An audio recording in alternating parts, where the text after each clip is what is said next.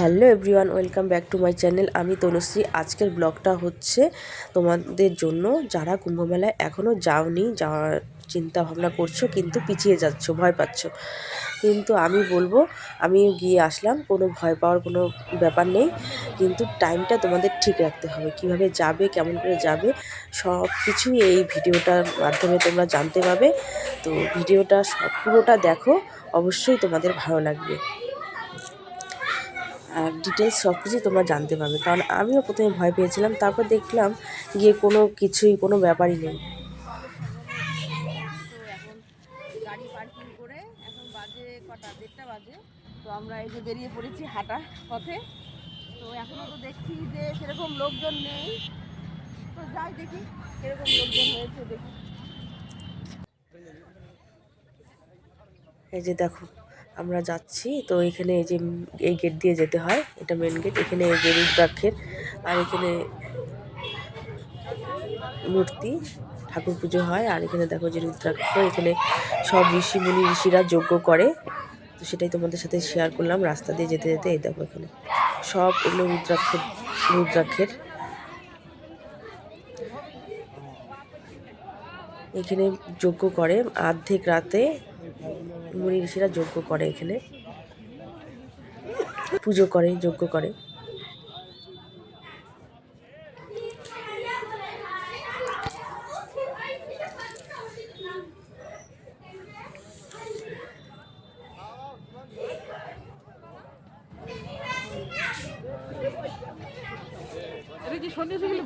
তোমরা টাইমটা মেনটেন করবে। তোমরা ঠিক 8টাতে যদি ওখানে পৌঁছে যাও, তাহলে তোমরা একদম গাড়ি পার্কিংয়ের ওখানেই গাড়ি রাখতে পারবে।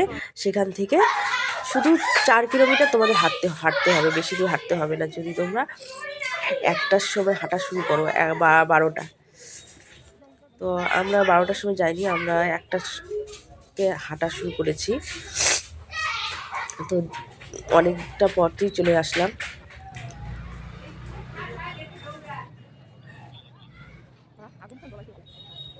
আমরা রাতে হাঁটা শুরু করেছি বলেই সেরকম যে একবারে ভিড় সেটাও ছিল না।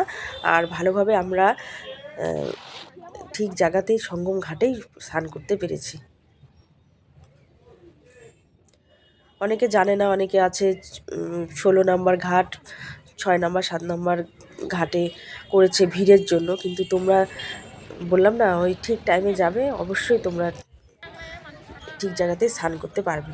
তো এই যে যাওয়ার পথে দেখাচ্ছে, দেখো কত ভালো লাগছে, গঙ্গা নদী দারুণ লাগছে।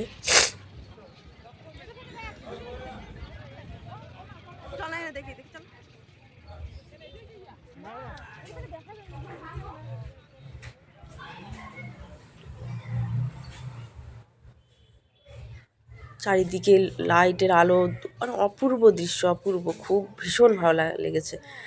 তাই এখানে গিয়ে একটু তোমাদের ভিডিও করে দেখালাম।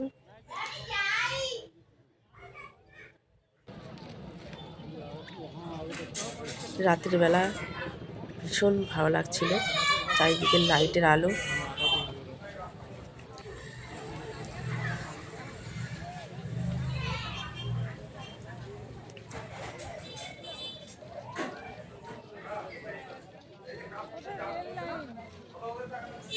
তোমরা যদি ভাবো যে আমরা 10টার দিকে যাব বা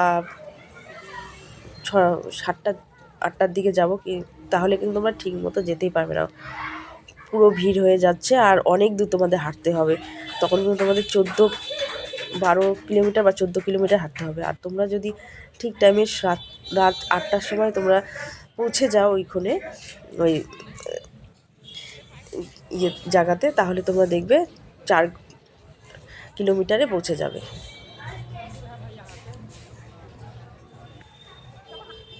4 কিলোমিটার হাঁটলেই তোমাদের হয়ে যাবে, বেশি হাঁটতে হবে না।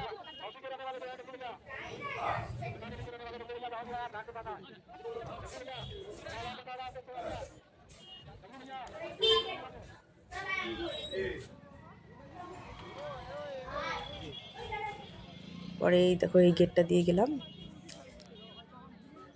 আরও হাঁটতে হবে, আরও অনেকটাই।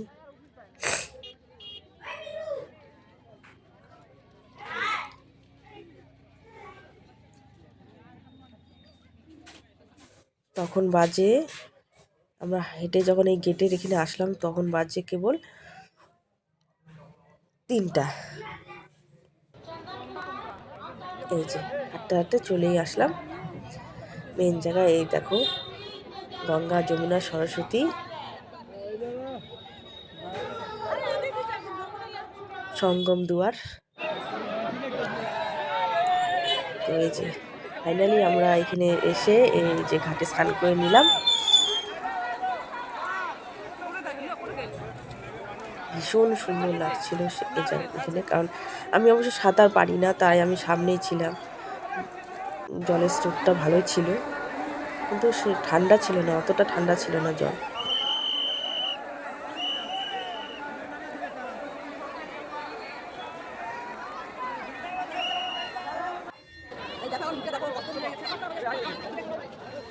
তো এই যে স্নান টান করে আমরা আবার রওনা দিলাম।